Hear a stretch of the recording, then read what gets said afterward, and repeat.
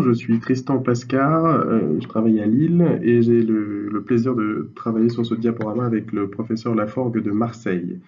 Ce diaporama va porter sur le diagnostic des arthrites microcristallines. Voici nos conflits d'intérêts. L'intérêt de ce diaporama est donc de vous parler des arthrites microcristallines et surtout comment en faire le diagnostic. Il s'agit avant tout évidemment d'aborder les deux principaux que sont la goutte et le rhumatisme à cristaux de pyrophosphate de calcium dihydroté, PPCD ou anciennement appelé chondrocalcinose. Ces deux rhumatismes microcristallins sont fréquents et peuvent recouvrir des présentations diverses. Le gold standard est évidemment, comme vous le savez depuis l'externat, qu'il s'agit avant tout d'identifier les cristaux au sein du liquide synovial en utilisant la microscopie en lumière polarisée, mais ceci n'est pas toujours accessible ou disponible. Le but de ce diaporama est donc de vous montrer les différentes méthodes diagnostiques que l'on peut avoir pour diagnostiquer un rhumatisme microcristallin aigu. Ce premier cas va donc porter sur le diagnostic d'une crise de goutte sans avoir accès à l'identification microcristalline. Le cas clinique proposé est celui d'un homme de 66 ans, qui est hypertendu, coronarien et qui depuis 48 heures sans facteur déclenchant a une douleur du coup-de-pied qui s'associe à un érythème important, un œdème des tissus mous. Ceci est particulièrement douloureux. Son uricémie est subnormale puisqu'elle est à 61 mg par litre avec une fonction rénale retrouvant une insuffisance rénale modérée. Sa CRP est à 112 mg par litre. On aurait pu également préciser que probablement il n'y a pas de polynucléose très notable. Vous évoquez une crise de goutte, mais vous souhaitez étayer bien sûr votre diagnostic avant d'envisager le traitement. Comme je vous le disais en introduction, la clé du diagnostic, c'est avant tout la mise en évidence de cristaux d'urate monosodique sur un liquide articulaire ou plus rarement sur un tophus. Si jamais on ne peut pas examiner un liquide articulaire d'emblée, on peut toujours le conserver au frigo à 4 degrés pour une analyse ultérieure et là on peut l'analyser quelques jours plus tard. Les cristaux, comme vous le savez, sont classiquement longs, fins, effilés, très biréfringents en lumière polarisée, avec une biréfringence négative, c'est-à-dire que les cristaux qui seront parallèles à l'axe qui, sur le schéma C, va du bas à gauche, en haut à droite, ils seront jaunes lorsqu'ils sont parallèles à cet axe, et dans le cas présent, sur l'illustration C, il y a une couleur bleue qui est sur le cristal, et c'est parce qu'il est perpendiculaire à cet axe. Il faut toujours faire attention à la mise au point qu'on a fait sur cet examen en microscopie, puisque si on fait mal la mise au point, évidemment les cristaux peuvent parfois être un peu moins visibles. Comme vous pouvez le voir sur la figure D, où il y a des cristaux qui sont certes visibles mais un peu flous, et il suffit qu'on ait été un peu moins bon encore sur la mise au point, et on ne les aurait pas vus du tout. Qu'est-il donc lorsque nous n'avons pas de preuves microcristallines? Des Hollandais à Nijmegen ont développé un score il y a quelques années pour essayer d'orienter la probabilité du diagnostic lorsque nous n'avons pas accès à l'identification microcristalline sur le liquide synovial. Il s'agit donc de recueillir différents items dont l'addition va nous permettre de savoir si le diagnostic est très probable s'il y a plus de 8 points ou très improbable s'il y a moins de 4 points. Ces critères sont assez classiques puisque c'est surtout le genre masculin qui va nous orienter vers le diagnostic de goutte. L'antécédent de crise de goutte, évidemment, va rendre plus probable le fait que le nouvel épisode en soit un. L'apparition rapide, qui est une caractéristique de crise microcristalline. La rougeur articulaire, évidemment, l'atteinte de la première MTP, tout en sachant qu'une atteinte de la première MTP n'est pas forcément une goutte dans 30% des cas, et des antécédents cardiovasculaires et bien sûr une hyperuricémie. Ceci va donc pouvoir être utile en utilisation aux urgences par exemple, ou bien sûr en médecine de ville, mais également applicable sur une articulation qui ne peut pas ou très difficilement être ponctionnée. Au final, on sait que les différents critères ou les classifications diagnostiques qui ont été établies sur la goutte, notamment récemment avec les critères ACR-OLAR de 2015, finalement reprennent à peu près toujours les mêmes caractéristiques des poussées et les caractéristiques biologiques et d'imagerie pour faire le diagnostic. Seulement, la pondération varie un petit peu entre les critères ACR de 2007, le score de Nijmegen de 2010 ou les critères donc ACR-LR de 2015 qui font consensus.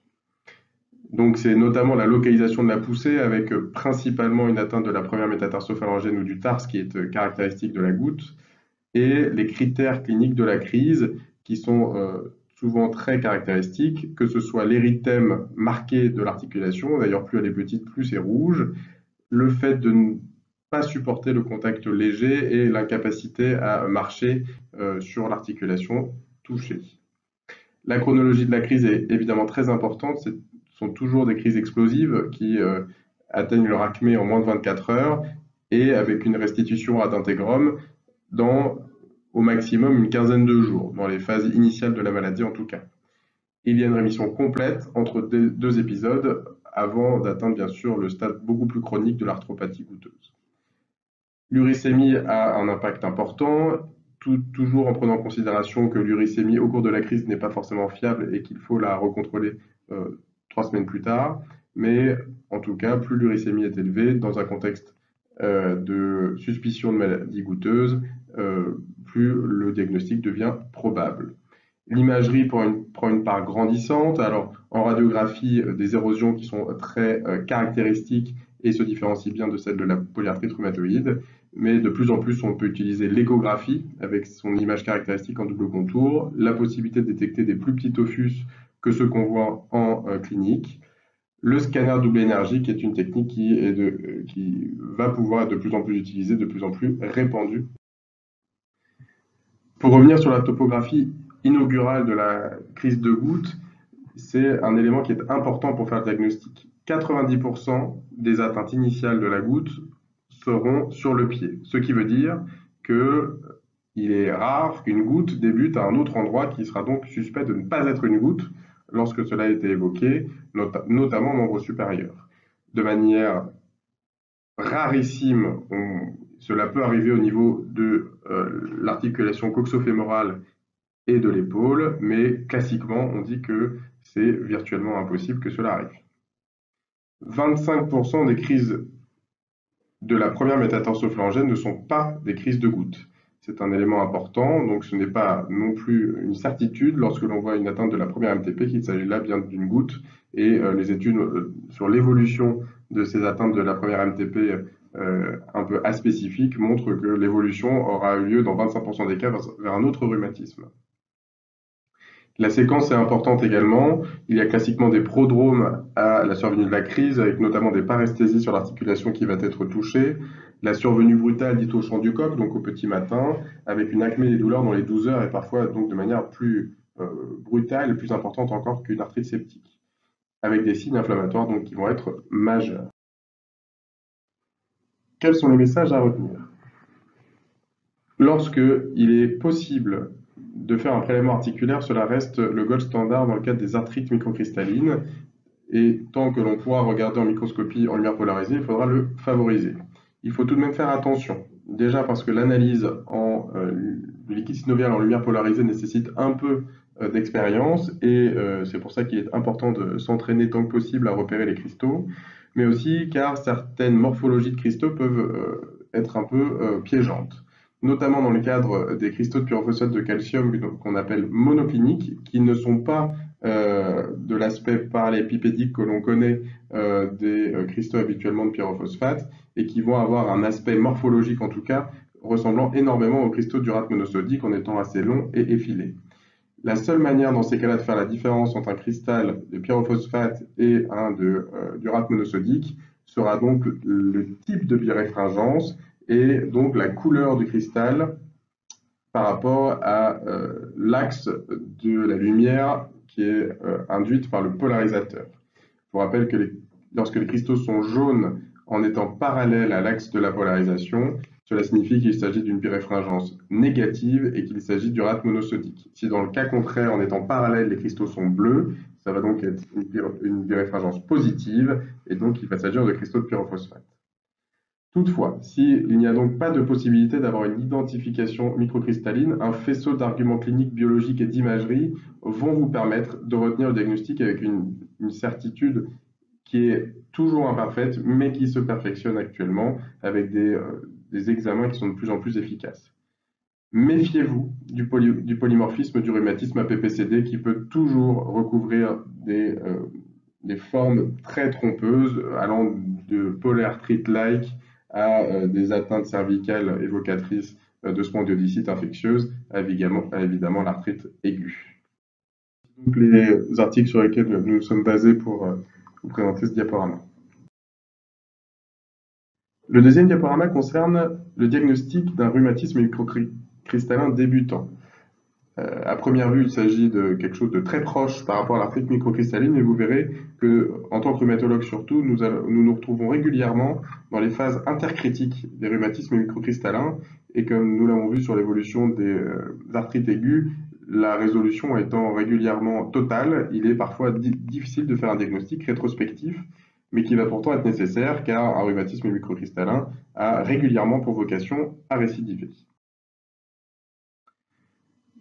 L'intérêt de ce diaporama est donc de vous aider à améliorer vos capacités de diagnostic de ces rhumatismes dans des situations difficiles où nous sommes à distance de l'épisode aigu.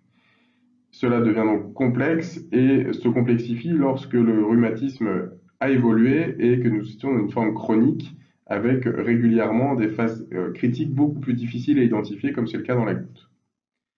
Les deux rhumatismes que nous allons de nouveau aborder sont les deux rhumatismes microcristallins principaux à tropisme intra-articulaire que sont bien sûr la goutte et le rhumatisme à dépôt de pyrophosphate de calcium dihydraté.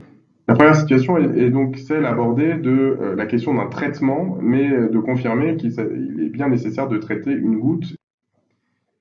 Le cas clinique que nous vous proposons est celui d'un patient hypertendu, toujours coronarien, et qui a fait une crise douloureuse du tarse il y a une dizaine d'années, alors qu'il avait à l'époque une exogénose. Il a fait dernièrement, coup sur coup, une crise douloureuse du genou et une de la cheville, qui ont bien cédé toutes les deux sous AINS. Il présente une hyperuricémie à 474 micromoles par litre et sa fonction rénale affiche une carence de la créatinine à 55 minutes par litre. Vous évoquez une crise de goutte et dans le contexte, vous avez envie de traiter. Mais compte tenu de la séquence, vous vous posez tout de même la question de la certitude diagnostique, compte tenu du fait que vous n'avez pas de preuve microcristalline, ce d'autant que l'échographie n'a pas retrouvé de signes spécifiques. Vous avez accès au scanner double énergie qui vous rend l'image suivante. Est-ce que cela vous aide-t-il pour retenir le diagnostic de goutte? La réponse est non. Sur le scanner double énergie, les cristaux d'urate monosodique qui sont agrégés dans les tissus mous apparaissent en vert, donc comme sur l'image ici de droite, notamment organisés en formation tau-facée aux dépens de la première métatarso-phalangienne, mais également dans les structures tendineuses de manière très volontiers, notamment au niveau du tendon d'Achille, qu'on ne peut pas voir ici bien sûr sur l'image de droite. Ces dépôts d'urate monosodique permettent en plus une quantification des dépôts et vous donnent un volume global de ce que l'on peut imaginer existe dans les tissus mous, ce qui peut vous donner une idée des stocks qu'il va falloir dépléter par le traitement. Le signe échographique qui prédomine et qui est le plus spécifique est celui du double contour. Donc sur l'image de gauche, il est pointé par ces flèches qui montrent ce liseré hyperéchogène en surface du cartilage qui normalement, évidemment, est absent. Il faut faire attention, car ces signes peuvent être présents chez 10 à 40% d'hyperuricémiques asymptomatiques, au sens où ils n'ont pas encore présenté de crise de goutte, si tant est qu'ils en présentent un jour. Donc, bien sûr, ces examens vous aident, mais ne sont pas décisifs à 100% dans le diagnostic, évidemment. Ils sont justement présents dans la classification diagnostique qui a été mise au point conjointement par le Collège américain et le Collège européen de rhumatologie en 2015 et compte pour 4 points dans le fait de pouvoir classer un patient dans la goutte. Il faut savoir que, à l'instar du score de Nijmegen dans la crise de goutte, là, c'est encore 8 points qui sont nécessaires de cette classification pour pouvoir classer un patient goutteux. Bien sûr, il s'agit encore une fois de critères de classification et non de critères diagnostiques à proprement parler. Donc l'utilisation est surtout importante dans le cadre de la recherche, mais évidemment cela peut vous aider dans la démarche diagnostique puisque cela reprend une nouvelle fois euh, la topographie, les signes chronologiques de la crise et les signes cliniques avec l'érythème, la douleur au contact et l'impotence à la marche. L'uricémie a bien sûr encore une fois une place importante avec une uricémie très basse qui bien sûr va à l'encontre du diagnostic. On note volontiers que dans ces critères de classification, certains éléments sont absents et qui sont pourtant utiles en pratique courante, encore une fois pour montrer la limite de ce genre de classification, notamment la réponse à la colchicine est absente. Toutefois, les performances de cette classification a été testée en Hollande sur un plan diagnostique auprès des médecins généralistes et de manière générale, les patients qui répondent à la classification ACRELA sont effectivement goûteux en pratique clinique. Fort heureusement, j'ai envie de dire. Concernant le rhumatisme à pyrophosphate de calcium dihydroité, l'apport de l'imagerie est essentiel, surtout en phase intercritique, notamment la radiologie standard qui, bien sûr, va pouvoir vous aider avec les classiques signes au niveau du poignet que sont la calcification du ligament triangulaire du carpe, mais également l'arthrose scaphotrapézienne en rouge lorsque celle-ci n'est pas associée à une rhizarthrose et qui signe donc la pathologie métabolique. Ceux-ci sont donc évidemment des signes classiques. Évidemment, comme vous le savez depuis longtemps maintenant, également on associera le liseré de calcification avec la calcification méniscale au niveau du genou et le liseré de calcification de l'interligne de la symphyse pubienne. L'échographie prend également une place de plus en plus importante et a montré une sensibilité supérieure à la radiographie standard pour détecter des dépôts de pyrophosphate de calcium. Donc ceux qui l'utilisent de plus en plus pour le diagnostic. En radiologie conventionnelle, on considère que la sensibilité est de 50 à 70%, tandis qu'avec l'échographie, avec une spécificité qui est excellente, même si pas forcément parfaite, mais une sensibilité qui est autour des 90%, notamment ces chiffres qui ont été retrouvés dans des travaux français. Les éléments diagnostiques qui vont donc vous permettre d'évoquer un rhumatisme à PPCD en phase intercritique vont être évidemment le fait de retrouver une chondrocalcinose, qu'elle soit radiographique, échographique et scanographique. J'utilise ici volontairement le terme de chondrocalcinose qui désormais donc ne définit que l'atteinte radiologique au sens large, montrant des dépôts de calcification. Les autres éléments qui vont vous aider seront les arthrites des grosses articulations, notamment des genoux, qui vont être une des localisations très évocatrices, et évidemment le poignet. Lors d'atteintes chroniques, il va y avoir des atteintes articulaires spontanées pour des localisations inhabituelles pour l'arthrose, notamment la métacarpophalangienne, les poignets, les coudes et les épaules. Il existe également des arguments en rapport avec le terrain, avec notamment une épidémiologie qui est croissante avec l'âge. Notamment, on considère que au-delà de 80 ans, c'est 20 à 30% des patients qui auront en tout cas le terrain pour développer un rhumatisme à PPCD, puisque c'est à peu près la prévalence de la chondrocalcinose. Quelques messages importants à retenir donc. Le diagnostic d'un rhumatisme microcristallin hors situation d'arthrite aiguë est beaucoup plus difficile à poser et souvent il faut se contenter d'un faisceau d'arguments simplement. L'apport de l'imagerie y est grandissant et les mises au point des différentes techniques d'imagerie vont certainement être de plus en plus importantes au fil des années et occuper une place de plus en plus importante donc. Il n'y a pas de biomarqueur actuellement qui soit disponible dans le cadre du rhumatisme à PPCD notamment pour nous aider avec le diagnostic. Et il est bien sûr évident qu'il faut toujours penser aux causes favorisantes de rhumatisme à PPCD recherchées chez les patients jeunes, notamment l'hémochromatose et les problèmes d'hyperparathyroïdie. Voici les références de bibliographie que vous pouvez utiliser qui ont été utiles pour rédiger ce diaporama.